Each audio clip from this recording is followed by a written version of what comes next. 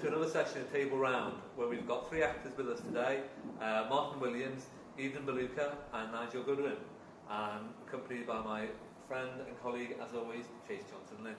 As always, accompanied by Matt Shield. Thank you very much. So we're going to be talking to these three actors about their experiences in Liverpool today. So, just opening up, how old when you decided you wanted to become an actor? I was actually pretty late to the party with this one. I must have been about 24, 25. I took my sister, because my sister wanted to act, and I took her along to an audition. This was for amateur dramatics, nothing else. And I got the role. I got a role when I wasn't auditioning, and she didn't, which always made me feel bad. But the sort of spiral of amateur dramatics got me interested in doing theatre and in acting and everything else I do. So, excellent. Yeah. Was she older or younger? She's younger than me by 5 years. That got hurt. Well, it's one of those. Anna's really great, and she's helped me out on a lot of stuff. And she's done stuff in her own right. She's done extra work on the likes of Casualty and Sherlock and whatever. So it's not like she's not working, you know. Yeah, no, definitely. How about you, Ethan? Yeah, mine was. I'll never forget this moment. Because my mom wants me to be a doctor and that. Oh yeah. So yeah, she's like doctor. Yeah. You know, Do something, boy. She was really like, this when EastEnders was kicking off, and we were sitting there, and I'm looking, and that's when I decided, you know what, I'm gonna tell her. So I'm sat there, cooped up, and I was like, Mom. She's like, yes, son. I was like, I want to be an actor.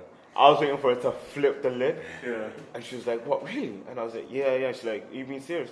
And I was like, yeah. Will you help me, get started and stuff? And yeah, I think that was when, as soon as I got her blessing, I felt like, okay, it's time to shine. So when she said yeah, I was just like, boom, let's do this. So that was mine. I was pretty... How old were you then? I was like 14, 15. Yeah. I was a child. So cool. How about you, Nigel? I came very late to the party, even later than Martin down there. What, you came on a Zimmer? Almost. Because I actually started out as a writer. I always thought, right, that's for me, I'm going to be a writer. And then writers are always advised to either read out their own dialogue to make sure it sounds right, or have an actor read it for them. Yeah. So I was reading a lot of the dialogue I'd written, and I was thinking, I could actually perform this, And then literally just... It was an advert. I responded to an advert that came through the door. A leaflet came through the letterbox from Liverpool City Council advertising some amateur dramatics classes. And I just decided, well, let's go for it. And I feel like I'm almost an actor already. I may as well just take the plunge and actually do it properly. And I was over 40 by then. I must have been about 41 already. When that happened. Should have lied about your age. Nobody asked you to be so honest. So it's not very often that the career opportunity literally comes through the door and you respond to it. So that's how that got right. Okay. So you all mentioned you had a bit of support with your sister and your mum supporting you. The council. The postman. The postman. Do you think there was a lot of support when you first announced I want to be an actor and you've got sort of no background or experience? Do you think there was a lot of support with your family or friends or school or careers advisors? I mean, I don't know about you guys. Because it didn't really happen for me that way. In a similar way to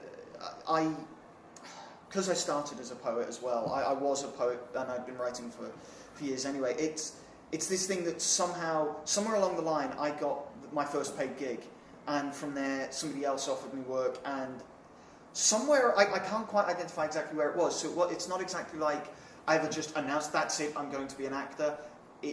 I know it sounds really weird, but it did just happen. It seemed to all snowball out of control, and all of a sudden I was acting and I was writing, and then the next thing I know I was pursuing a degree, and these things were happening even though I'd not planned for that to happen that way, It doesn't always happen as if you go, I'm going to be an actor. Sometimes that's the way life takes you, I planned out of school to become a solicitor. That didn't go well. That really didn't go well, Oh, well. No. Unless you become a barrister, and they're the best actors of all. Well, there is that. I mean, maybe the difference then is who inspired you. So it's when we already did kind of the origin story about beginning in the acting. Like, who were you looking at that inspired you to say, yeah, man, that's what I can do this, and that's what I want to do? For me, it was actually watching shows here locally and in the Playhouse and the Everyman Theatre, seeing that stuff and seeing. Said I could do it. Well, it's not so much I can do it, more that I would love to be able to make an audience feel that way. I love the effect that theatre has on an audience, and I love the effect that film has on an audience. Eternal Sunshine of a Spotless Mind, beautiful film, really affecting film. Exactly. To be able to have that ability to make people feel something extraordinary, that's a wonderful thing. Yeah.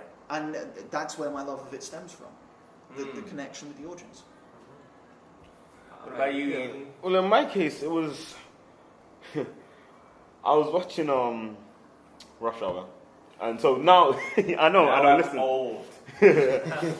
Now I know, like, people decide they want to be actors when they watch like the acting, but I was already kind of stemming towards it anyway. It was watching the bloopers, so afterwards all the mistakes. That's when that was what really kicked me off, and so yeah, I guess I went to careers advisor, and because I expressed myself, people always told me, like, you express yourself in a way that, like, barely people do. It's like a rare gift. Sometimes it was annoying for the teachers because I could, like, get the whole school to be on my side kind of thing. Yeah. So I think that was it. Yeah. It's nice when you do see, like, the blooper reel, when you see that the actors are just human. They all make mistakes. We've all made mistakes. Yeah. Mm-hmm. So I probably my inspiration is actually it's probably more of a kind of negative inspiration in that I've seen bad acting and I've thought, I can do better than that. Yeah. When you see, like, some of the soap actors, I won't name any, but some of them just deliver their lines like monotone fashion, and you think, that really? I can do better than that. And so that probably motivated me more than anything else. And in your private life, who kind of motivates you to keep going in the acting? Because it is a bit of a lonely business sometimes, waiting for parts and auditions. Well, it doesn't have to be a lonely business. Every 2 months here for professional actors, there is a local branch equity meeting, and there are other networking events there where you can meet other actors, where you are talking to them. If you go to an audition, or if you are filming something, whatever it be, you will meet other actors, and 9 times out of 10, you're going to sit there before filming or before an audition, and you're going to chat. It doesn't have to be a lonely business, I don't think. There are ways of networking with people, and there are ways of developing that support network of other actors around you, even if it's a case of meeting up for a coffee because you've both got this idea you want to work on. Yeah. So when you talk about, and that's a good point, because when you talk about local, like, equity meetings, I mean, like, you talking about, like, those monthly meetings that are usually on offer, and it's not like you have to pay for them, like, to go in. Is that what you mean? Or? Well, the local branch equity meetings are basically for equity members. You go along and you find out what the union's doing for you. You find out all the latest union news. Usually there's information, there's a guest speaker and that kind of stuff, but that's an hour, and then the rest of the time is mostly hanging around with the rest of the actors, with the rest of the equity members, having a drink in the bar afterwards. It's a really great thing.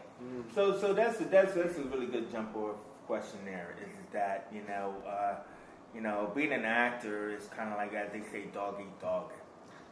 So, like, I mean, like, have you found, in either your experiences, have you found that people have been forthcoming and letting you know, hey, man, I heard about this gig, and, and what kind of gig did they let you know? Was it the extras are available down the road, or a part?